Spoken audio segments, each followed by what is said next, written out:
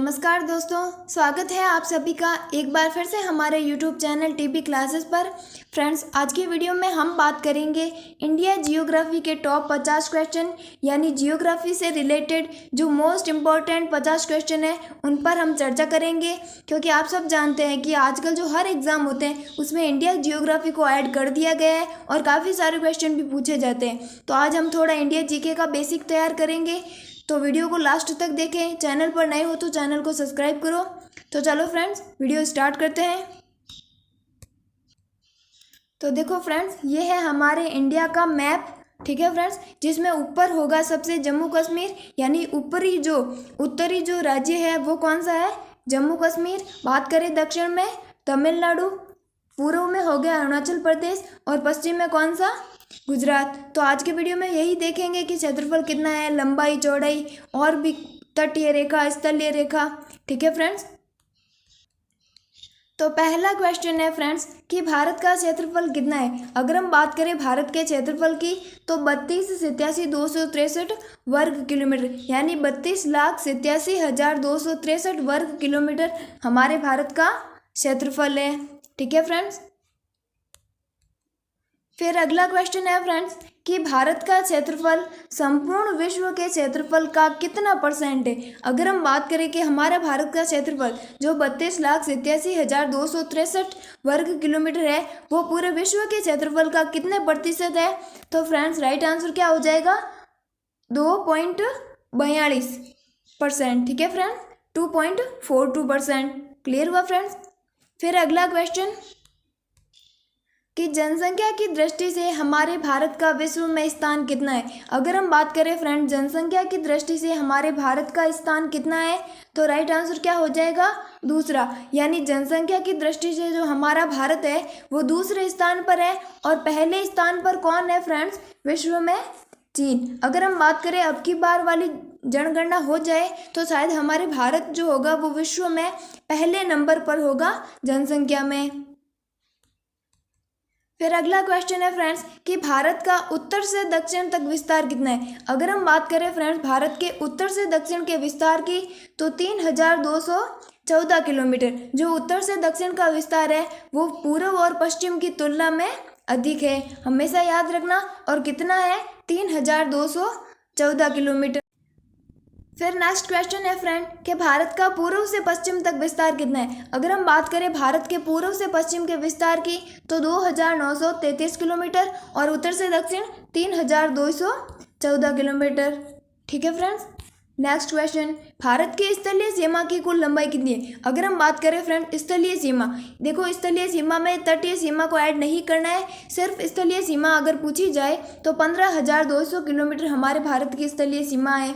Clear हुआ। फिर अगला क्वेश्चन, भारत के तटीय भाग की कुल लंबाई कितनी है। अगर हम बात करें भारत के तटीय भाग की, पहले तो हमने बात की थी स्थलीय भाग की जिसकी तो कितनी थी, 15,200 किलोमीटर। अब बात करें अगर हम तटीय भाग की तो आंसर क्या हो जाएगा फ्रेंड्स, 7,516 किलोमीटर, यानी 7516 किलोमीटर हमारे भारत की तटीय सीमा है।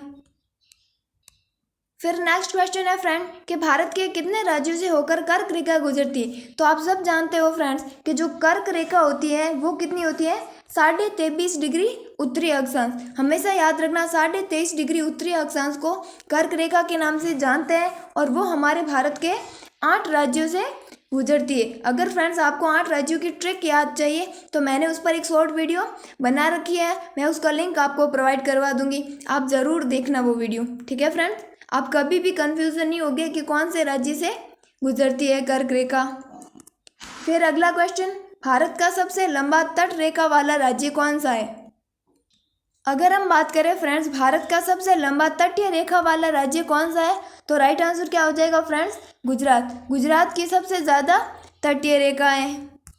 फिर नेक्स्ट क्वेश्चन, भारत और विश्व का सबसे बड़ा डेल्टा कौन सा है। अगर हम बात करें भारत और विश्व के सबसे बड़े डेल्टे की तो जो सुंदरवन डेल्टा है जो कि हमारे भारत के पश्चिम बंगाल में है वो सबसे बड़ा डेल्टा है। क्लियर है। फिर अगला क्वेश्चन है कि किस नदी को असम का शौक भी बोला जाता है। अगर हम बात करें फ्रेंड्स असम का शौक यानी क्या होता है कि जब नदियों में पानी भर जाता है तो बाढ़ आ जाती है और उस कारण उस नदी को शौक बोला जाता है। तो असम का शौक कौन सी नदी हो गई? ब्रह्मपुत्र नदी। फिर अगला क्वेश्चन, किस झील में दुनिया का एकमात्र तैरता हुआ राष्ट्रीय उद्यान स्थित है? तो फ्रेंड्स एक ऐसी झील है जिसमें कौन सा तैरता हुआ राष्ट्रीय उद्यान है, तो वो कौन सी है फ्रेंड? लोकटक झील। और है कहाँ पर?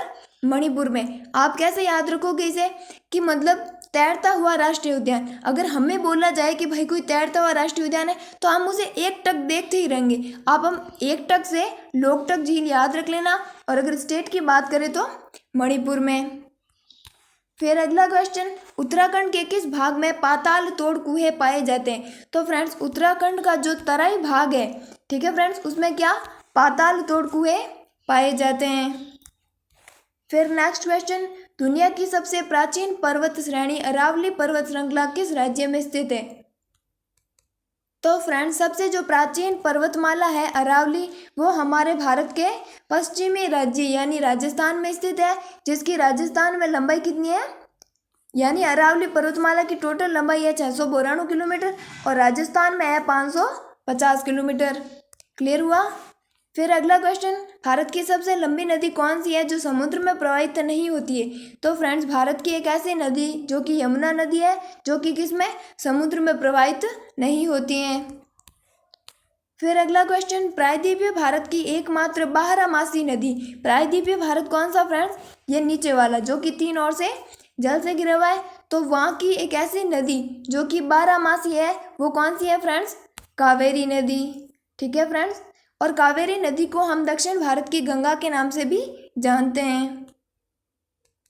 फिर अगला क्वेश्चन, उत्तराखंड राज्य की सबसे ऊंची पर्वत चोटी कौन सी है? अगर हम बात करें उत्तराखंड राज्य की सबसे ऊंची पर्वत चोटी की, तो उसका नाम क्या है फ्रेंड्स? नंदा देवी। स्टेट कौन सा है? उत्तराखंड। फिर हम बात करें भारत की सबसे ऊंची चोटी।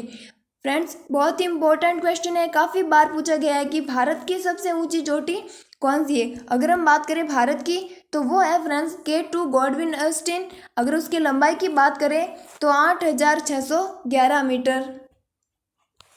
फिर नेक्स्ट क्वेश्चन, हिमालय पर्वत की सबसे ऊंची पर्वत श्रेणी का नाम क्या है? अगर हम बात करें हिमालय की सबसे ऊंची पर्वत श्रेणी तो वो कौन सी है फ्रेंड्स? हिमाद्री, जिसका दूसरा नाम क्या है? वृहत हिमालय।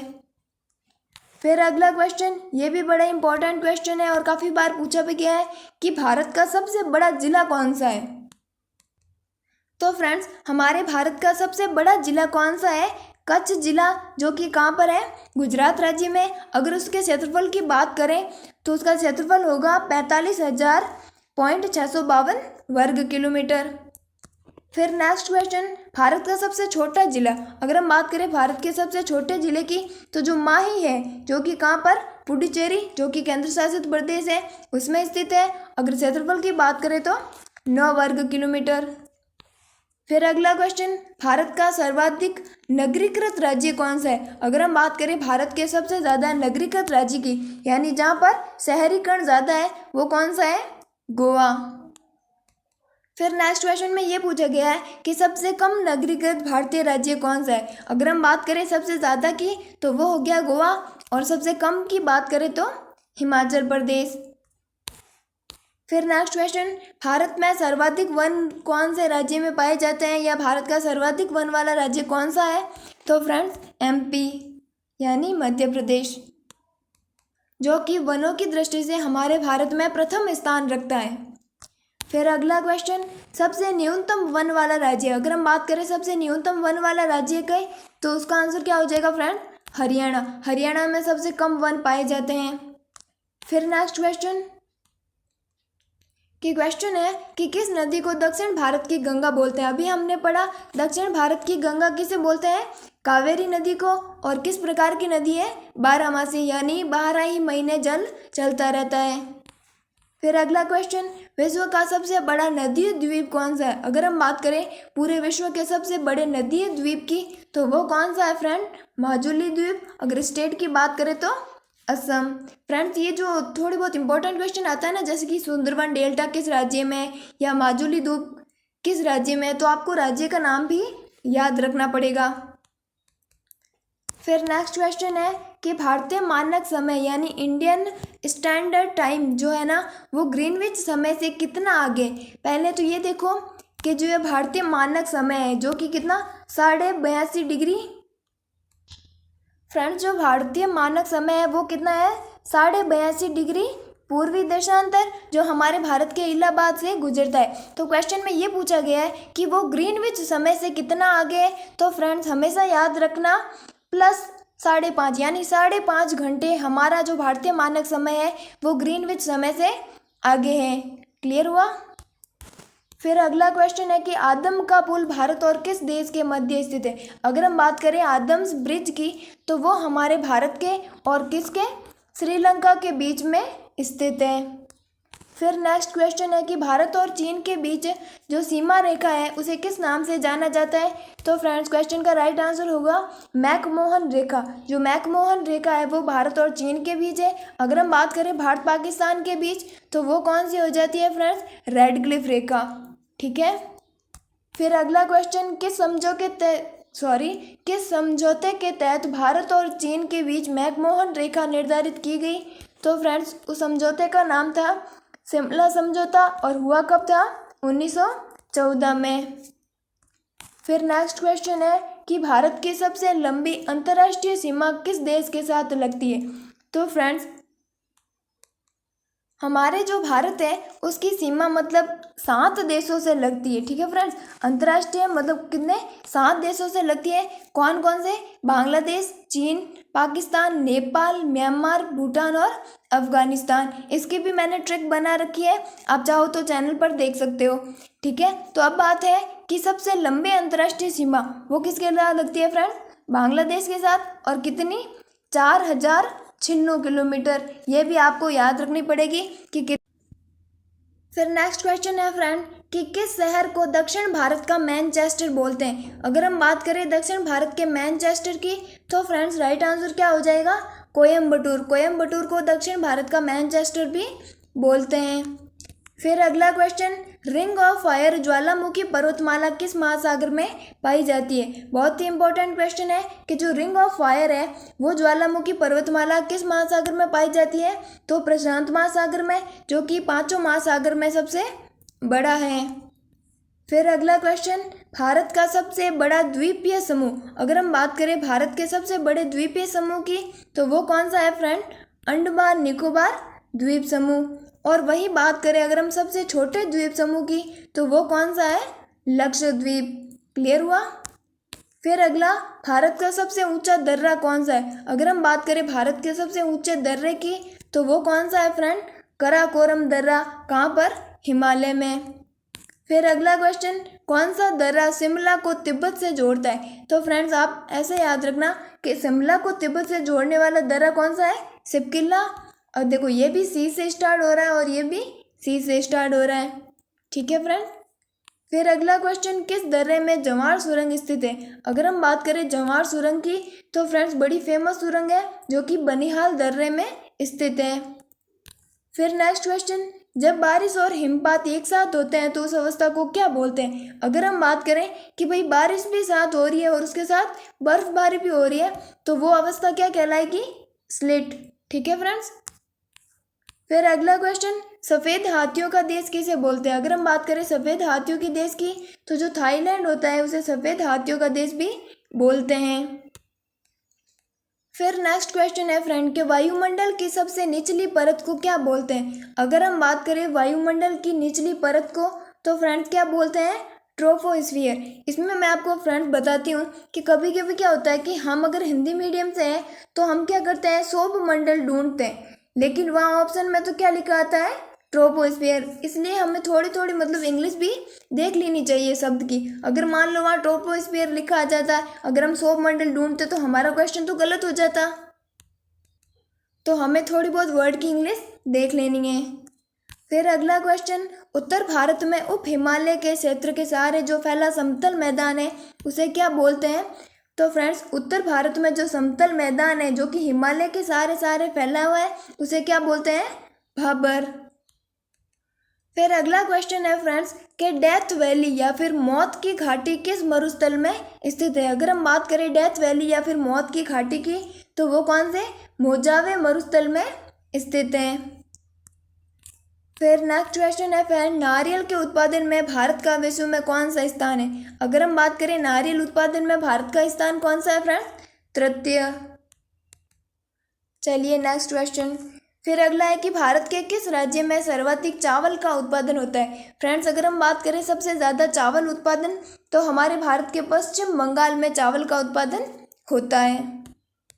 फिर अगला क्वेश्चन है कि भारत का कौन सा राज्य सर्वाधिक खाद्यान्न उत्पन्न करता है। अगर हम बात करें सर्वाधिक खाद्यान्न उत्पादन की, तो वो कौन सा है, यूपी, उत्तर प्रदेश। फिर अगला क्वेश्चन है कि भारत में सर्वाधिक किस फसल की खेती होती है। अगर हम बात करें फ्रेंड्स हमारे भारत में सबसे ज़्यादा कौन सी खेती की जाती है, धान की खेती। क्लियर हुआ। फिर अगला क्वेश्चन, भारत में काजू का सबसे बड़ा उत्पादक राज्य। फ्रेंड्स सबसे ज़्यादा फेवरेट, तो भारत में काजू का सबसे बड़ा उत्पादक राज्य कौन सा है, महाराष्ट्र में काजू सबसे ज़्यादा होते हैं। फिर अगला क्वेश्चन, भारत में हरित क्रांति के जनक, ये फ्रेंड मोस्ट इम्पोर्टेंट क्वेश्चन है, ये आप रट ही लो। हरित क्रांति के जनक वो भी भारत में कौन थे, डॉक्टर MS स्वामीनाथन। फिर आज का हमारा लास्ट क्वेश्चन, भारत का सबसे बड़ा सोयाबीन उत्पादक राज्य कौन सा है। अगर हम बात करें फ्रेंड्स काजू उत्पादक राज्य तो कौन सा, महाराष्ट्र। खाद्य उत्पादन यूपी। अब है सोयाबीन उत्पादक, तो वो कौन सा है फ्रेंड, MP। तो फ्रेंड्स आज के वीडियो में हमने देखे इंडिया GK के बेसिक क्वेश्चन जो कि आपको आने ही चाहिए। ठीक है फ्रेंड्स, अगर आपको वीडियो पसंद आए तो लाइक करना, अपने फ्रेंड्स के साथ शेयर करना। Thank you friends, thanks for watching this video.